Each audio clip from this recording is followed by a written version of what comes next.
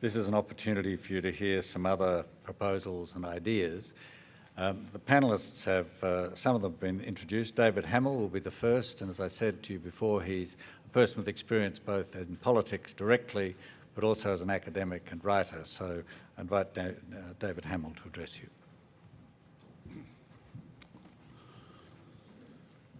Thanks, Fred, ladies and gentlemen.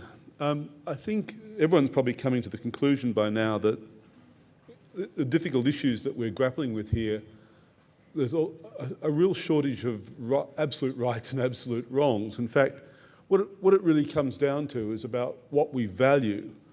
And to some people, the strengths of some things are seen as weaknesses by others and vice versa. So it's really about trying to come to some sort of, I guess, agreement about what are the fundamental things that we believe we want through our political system. And I want to touch on just 2 or 3 themes and perhaps canvass some different approaches that have been taken in different places in respect of some of those themes. Let's take this whole notion of democracy for a start. And it was a point that one of the minority views that was just presented touched on. Question: are we into direct democracies? Are we into democracies at all, I guess? I'm taking as assumption we're into democracy. Are we into direct democracy or are we into representative democracy? Now, if it's direct democracy, I mean, decision making is going to take place with the direct participation of everyone, all those decisions. We have to ask ourselves, how practical is that, or how are we able to facilitate that? And I'll come to those sorts of issues a little later. If it's representative democracy that we're dealing with, then that comes at, I guess, at a bit of a price. In that, representative democracies involves us electing people to make decisions on our behalf. Sure, we let them do it for a while and we have another go and decide whether we want to keep them or not. So it involves an election, and we've already heard about various systems that are used to undertake those elections, and they can produce quite different sorts of outcomes. It also involves a certain time span whereby the representatives might be allowed to make decisions before they have to face the music through another election. I guess the challenge in this is that an election is really just a snapshot of public opinion on a particular day. And it may be that when that snapshot of public opinion is taken, it may only be a couple of issues that are really critical to deciding the outcome. Whereas if you did a poll of the whole community, you'd find there are many, many issues, some of which may not even be addressed at all by anybody standing for that election. The other challenge, of course, is that public opinion changes. And if we've got a government in place, or elected representatives in place, whether it be for 6 months or 6 years, people's views might change, the public view might change a lot across a whole range of different issues during that time. It raises a question of accountability, doesn't it, about people standing on their record and doing the things that they said that they would do when they were first elected. Also, of course, the electorate itself changes. Think about it. Not only do you have people coming of age such that they are able to go on the electoral roll and participate as voters, you have people, of course, who are dying and leaving the electoral roll in the community. You've got people who emigrate and people who immigrate into the broad Australian community.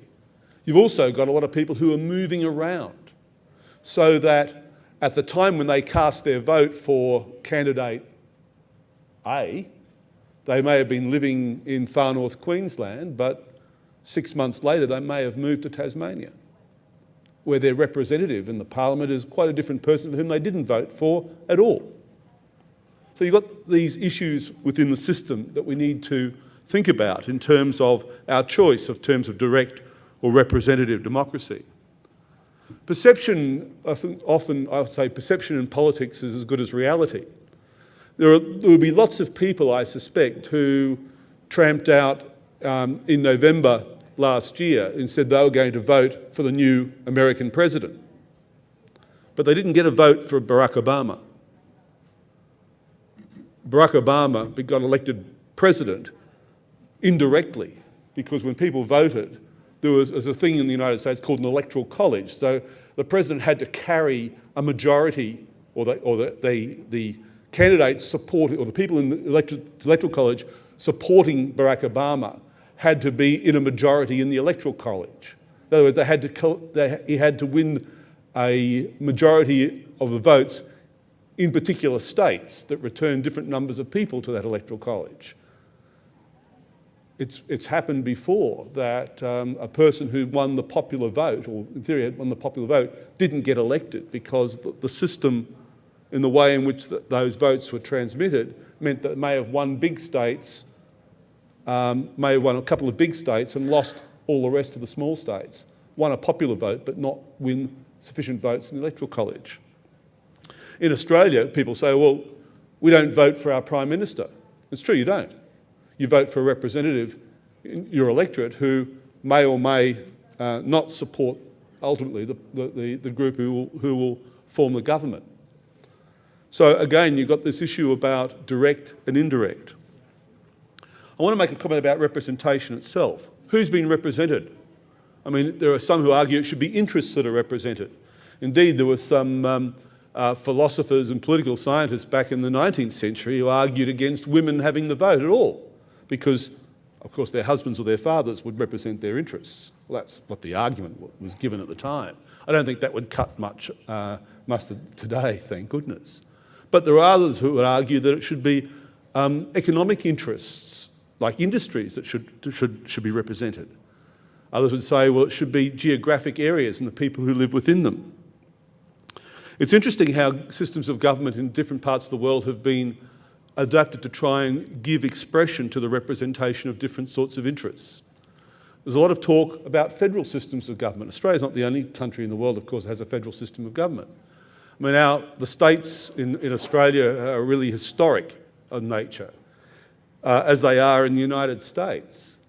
But if you go to Canada, I mean, Canada has both cultural and historic issues involved in their federal system, in that you have one of the provinces, Quebec, is distinctive because it's the centre of French culture, French cultural tradition in Canada.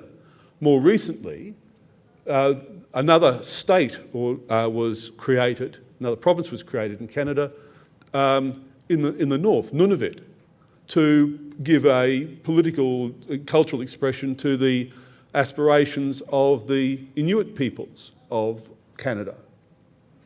In Germany, there's a federal system, but I mean, it was imposed after the Second World War to try and break down and put some checks and balances against autocratic central government. Recent experience in Europe at the time drove that decision. And the final point I want to make is about participation. Australia's been a world leader in trying to involve people in the processes of government. I mean, the notion of a secret ballot was something that was first adopted in Australia. We've had a lot of experimentation with voting systems. You know, we've talked about some of them: proportional voting systems, preferential voting systems, and so on.